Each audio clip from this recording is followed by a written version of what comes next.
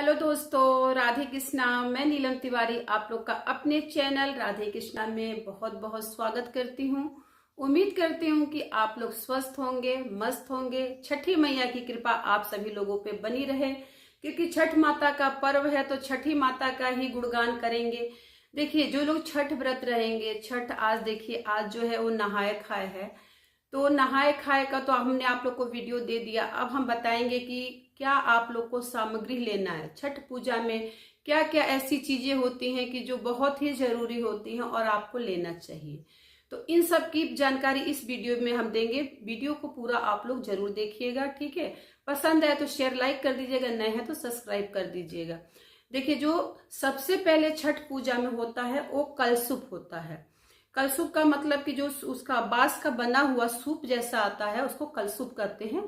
तो बहुत लोग एक कलसूप से उठाते हैं, बहुत लोग जोड़ा कलसूप से छठ व्रत करते हैं। तो जो जैसा करता है वैसा आप लोग को पहले ही सोच लेना है। जो लोग पहली बार छठ कर रहे हैं उनको पहले सोच लेना है कि वो डबल कलसूप से व्रत करेंगे कि एक ही कलसूप से पूजा करेंगे। अगर जो एक बार आपने उठा लिया तो जब तक आप लोग छठ पूजा करेंगे उसी नियम से आपको करना होता है।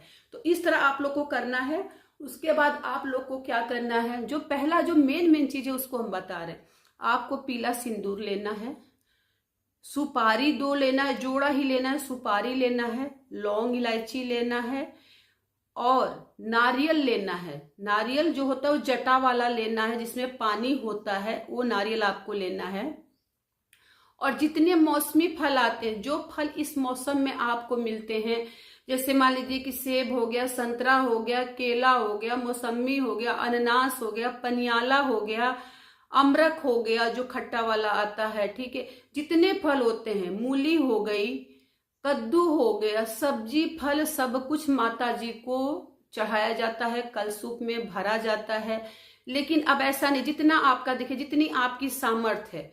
सबसे जरूरी है 5 फल आपका होना जरूरी है। 5 फल में से आप कुछ भी ले सकते हैं। और जिनको माता रानी ने बहुत ही सामर्थ्य दिया है, जो लोग सब तरफ से संपन्न है, वो सभी फल को थोड़ा थोड़ा ले लें।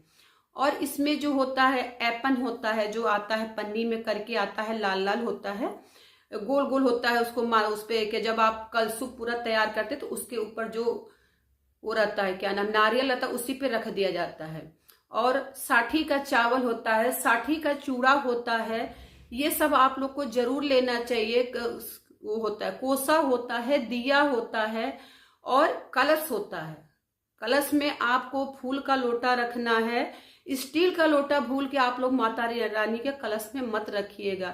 फूल हो गया, तांबा हो गया, पीतल हो गया, इन सब के लोटों में ही आपको कलश रखना है।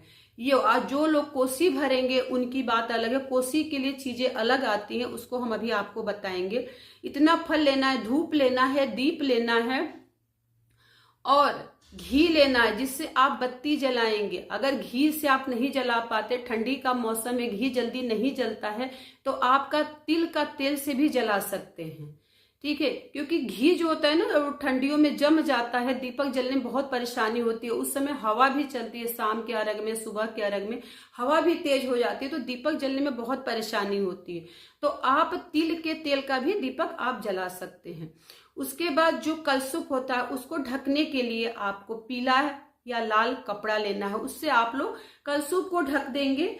और अगर घाट पे जाना है आपको, मान लीजिए बहुत लोग तो घर पे करते हैं, छत पे चाहे कहीं भी करते हैं, अगर आप घाट पे जाते हैं तो आपको दौरा जरूर लेना है, दौरा जरूर सजाना है, दौरा को लाल पीला जरूर रंगना है। ऐसे खाली दौरा आप मत भरिएगा कभी भी, उसको लाल चाहे पीले से उसको आप अच्छे से सजा लीजिएगा, उसमें सजा के अपना कलसूप रखिएगा। फिर जो घर का पुरुष मेंबर होता है उसको सर पे रखिएगा, सर पे रखने से पहले उसको लाल या पीले कपड़े से ढक दीजिएगा। खुला हुआ प्रसाद माँ के स्थान पे नहीं जाता है, घाट पे नहीं जाता है, इस बात को आपको ध्यान रखना है।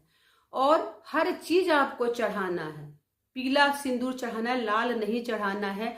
और पूजा के बाद आप लोग को अगियार जरूर करना चाहिए। जब आप लोग सुबह का अर्घ दे लेती हैं माता रानी का और पूजा कर लेती हैं, सूर्य देव को अर्घ दे लेती हैं, तो थोड़ा सा अगियार आप कर दीजिए।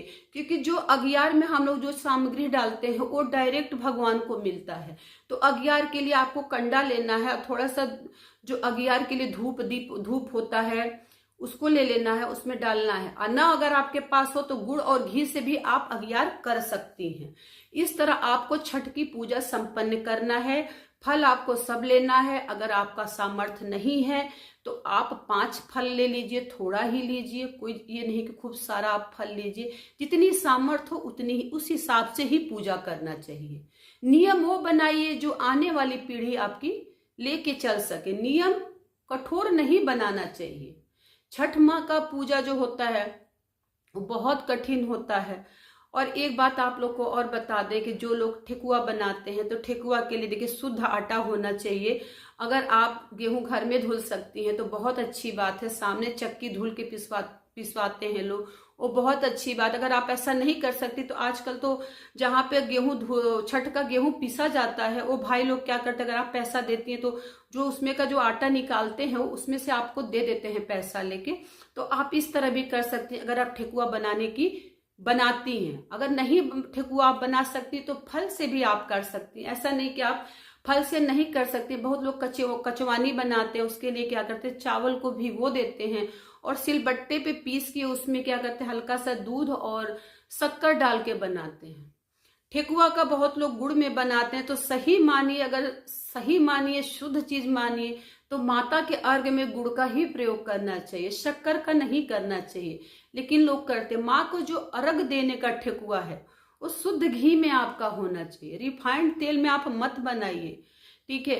थोड़ा ही बनाइए, शुद्ध बनाइए। प्रसाद का मतलब थोड़ा ही वितरण करना होता है, ये नहीं कि इतना इतना आप वितरण करिए। शुद्ध लोग कहते हैं ना थोड़ा सा बांटने वाला रिफाइंड में बना लो, चाहे क्यों रिफाइंड में आप बनाएंगी। प्रसाद थोड़ा ही दीजिए, एक एक ठेकुआ दीजिए सबको प्रसाद में।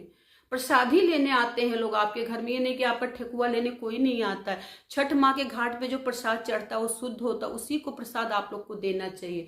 एक ही दीजिए, चना दे दीजिए, ठेकुआ नहीं है तो फल ही दे दीजिए, लेकिन शुद्ध दीजिए। ये भावना लेके मत बनाइए कि हमको बांटने के लिए अलग बनाना है ठेकुआ और माँ को अर्घ देने के लिए अलग बनाना है। ऐसा नहीं करना चाहिए। इसमें आप भेद कर रही हैं, भेदभाव प्रसाद में आप कर रही हैं। अगर ऐसा करती है तो यकीन मानिए कि वो पूजा हमारे हिसाब से तो फलित नहीं होती है। थोड़ा ही चीज बनाइए, थोड़ा ही प्रसाद दीजिए। ये नहीं किसी को भर भर के आप प्रसाद देते। प्रसाद का मतलब है थोड़ा सा ग्रहण कर लेना, ठीक है। तो इस तरह बनाइए, थोड़ा ही बनाइए ठेकुआ, घी में बनाइए, शुद्ध घी में बनाइए। और नहीं बना सकती, नहीं सामर्थ्य, मत बनाइए, फल पे कर लीजिए। बहुत लोग तो धूप अगरबत्ती पे छठ माता का पूजा करते हैं। और एक बात और देखिए, जो इस चीज में आप छठ का पूजा का बर्तन आपका साफ सुथरा होना चाहिए। छठ माँ का जो ठेकुआ बनना चाहिए वो डेली यूज का बर्तन अगर आपके ना रखें तो ज्यादा है। अगर मान लीजिए नहीं आपके पास से, आपको उसी में बनाना है तो उसको क्या करिए, खूब पहले उसको अच्छे से साफ कर लीजिए। साफ करने के बाद उसको थोड़ा सा राख से साफ, जब आप राख से साफ करेंगी तो शुद्ध हो जाता है। क्योंकि राख जो होता है वो क्या, अग्नि से जल के शुद्ध होके वो राख बनता है। तो अगर आप उस कढ़ाई में बनाना चाहते हैं जिसमें आप रोज का खाना बनाते तो पहले राख से उसको जरूर साफ करिए। उसके बाद थोड़ा सा जल में गंगा जल मिलाइए, उसको शुद्ध कर लीजिए, तब आप छठ का जो है ठेकुआ बनाइए। अगर आपके पास दूसरी कढ़ाई है तो बहुत अच्छी बात है, और नहीं है तब के लिए मैंने ये विकल्प आपको बताया है। अगर है तो आप करिए, नहीं है जिनके पास, उन बहनों उन माताओं के लिए मैं बता रही हूँ, ठीक है। ऐसे पूजा करना है। साड़ी आपकी कोरी होनी चाहिए, हर चीज इसमें कोरा होता है, पहना हुआ नहीं होता है। अगर मान लीजिए साड़ी अगर आप लाती हैं तो साड़ी को, सही बात है, कई लोग टच किए रहते हैं, कई लोग छुए रहते हैं दुकान से। ब्लाउज हम जहां देते हैं कई लोग छूते हैं, कई लोग छाते हैं। तो जो कपड़ा आपको धारण करना है छठ पूजा में अर्घ के टाइम में, तो आप क्या करिए, उस पर थोड़ा सा गंगा जल जरूर छिड़क लीजिए। गंगा जल ऐसा जल होता है कि जो हर चीज को शुद्ध कर देता है। आजकल कोई भी चीज शुद्ध नहीं है दुनिया में, तो शुद्धता के पीछे मत भागिए कि ये नहीं, ऐसे नहीं। बस आपके भाव शुद्ध होने चाहिए, आपकी जो भक्ति है वो शुद्ध होनी चाहिए। बस इतना ध्यान रखिए, कोई भी चीज दुनिया में शुद्ध नहीं है। जो चीज आप भी चढ़ाते हैं, क्या फल फूल शुद्ध है? कुछ शुद्ध नहीं है। हाँ, एक बात और हम आपको बताएंगे, जब आप कलशुप आप तैयार कर लीजिए, कलशुप फल तैयार कर लीजिए, जिस तरह हम करते हैं हम आपको उस तरह की बता रहे हैं। तो जब कलशुप आप तैयार, हाँ, चना भिगोना मत भूलिएगा, इसमें चना का मेन वो होता है। एक दिन पहले आप चना भिगो दीजिए। चना भी रखा जाता है, मेन चना ही होता है, चना ही ठेकुआ प्रसाद होता है। तो चना भी भिगो लीजिए। और किसी भी महिला के आंचल में जब आप प्रसाद देती हैं तो केला मत दीजिएगा, केला उसके आंचल में मत डालिएगा, ऐसे दे दीजिए। आंचल में उसके ठेकुआ चना डालिए, नहीं तो कोई और फल है उसको डालिए, क्योंकि केला जो होता है वो हम लोग तोड़ के देते हैं उसको, जैसे घवद के साथ हम लोग अर्घ ऐसे करके देते हैं, 12 केले का 13 केले का, चाहे जितने भी केले का अर्घ हम लोग दे। और जब हम किसी को वितरण करते हैं तो उसको तोड़ के उसके आंचल में डालते हैं। तो केला आप मत दीजिए। जो भी आपके घाट पे आती हैं महिलाएं उनको चना ठेकुआ दे दीजिए, चाहे और कोई जितने सारे फल होते हैं उसमें दे दीजिए। केला देना है तो आंचल में मत दीजिए, हाथ में पकड़ा दीजिए, ठीक है। तो ये सब आप लोग को करना है, कुछ ऐसा नहीं है। और जो लोग कोसी भरते हैं तो कुछ लोग 6 दीपक का कोसी भरते हैं, 6 लेके चलते हैं, कुछ लोग 12 लेके चलते हैं, उसमें 12 ईख होती हैं। जोड़ा जो कोसी भरते हैं उसमें 12 ईख होती हैं। कुछ लोग हाथी वाले पे, जिसमें हाथी बना होता है, किनारे किनारे दिया बनता है। तो कोसी का क्या नियम है, कोसी में भी देखिए आपका 60 का चावल होगा, 60 का चूड़ा होगा, पूड़ी होता है, पूड़ी शुद्ध घी में बनी होती है, ठेकुआ होता है। और जब शाम की पूजा हो जाती है उसके बाद मंडप बनता है, जो ईख होता है। गन्ना जरूर चढ़ाइएगा माता रानी को प्रसाद में। गन्ना भले जो लोग नहीं कोसी भरेंगे उनको भी गन्ना लेके जरूर चढ़ाना चाहिए। गन्ना माँ को बहुत प्रिय होता है, तो गन्ने का भोग आप लोग जरूर लगाइएगा। गुड़ जरूर रखिएगा आप लोग अपने कलसूप में। मुझे जितना याद था उतना मैंने आपको बता दिया। हल्दी एपन के लिए जो हाथ में लगाया जाता है, सिंघोरा जरूर अपना रखिएगा पूजा करते समय, सिंघोरा जरूर रखिएगा। सिंघोरे में सिंदूर, जब उसको और लोगों को सिंदूर दीजिएगा तो कागज में लेके ऐसे लेके उनकी मांग में भरिएगा, ठीक है। उनकी मांग में भरने के बाद फिर अपनी मांग में जरूर ले लीजिएगा उनसे सिंदूर। इस तरह आप लोग आदान प्रदान करिएगा सिंदूर का। जिस दिन मेन पूजा होती है उस दिन का हम बता रहे हैं। सिंघोरा आपका जरूर आपके साथ होना चाहिए। सिंघोरा का जानते हैं क्या अर्थ होता है? सिंघोरा ये होता है कि सिंघोरा मेरा पति मेरे साथ है, ठीक है। जिस समय आप पूजा करते हैं उस समय आप अकेली बैठती हैं घाट पे, पति, ठीक है, पति लोग जाते हैं लेकिन पति लोग किनारे। जब आपका सिंघोरा आपके साथ होता है तो वो जोड़ा माना जाता है पूजा की, आप जोड़े में पूजा कर रहे हैं किसी देवी देवते का, इसलिए सिंघोरे का महत्व ज्यादा होता है। सिंघोरा ले जाना मत भूलिएगा। सिंघोरा पूजा करते समय घाट पे, चाहे जहां भी आप माता जी की पूजा छठ माँ का कर रही हैं, वो सिंघोरा जरूर आप लेके हाथ में जाइएगा।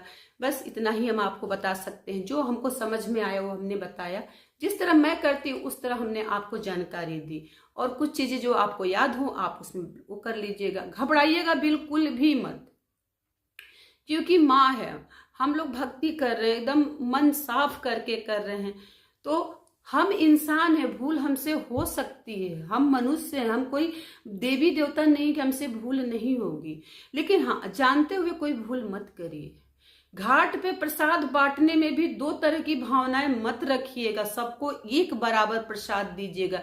जो कोई कैसा भी हो, उस समय आप एक माँ के, आपके अंदर माता जी उस समय रहती, माँ छठी का आपका रूप होता है। तो माँ किसी के साथ भेदभाव नहीं करती, इसलिए आप लोग को प्रसाद बांटने में कोई भेदभाव नहीं करना है।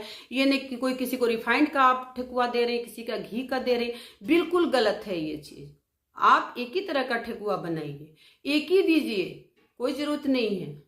प्रसाद भी तो 2 तरह की भावना आप कभी मत लाइएगा, ये ध्यान रखिएगा। इस तरह आप लोग व्रत करिए।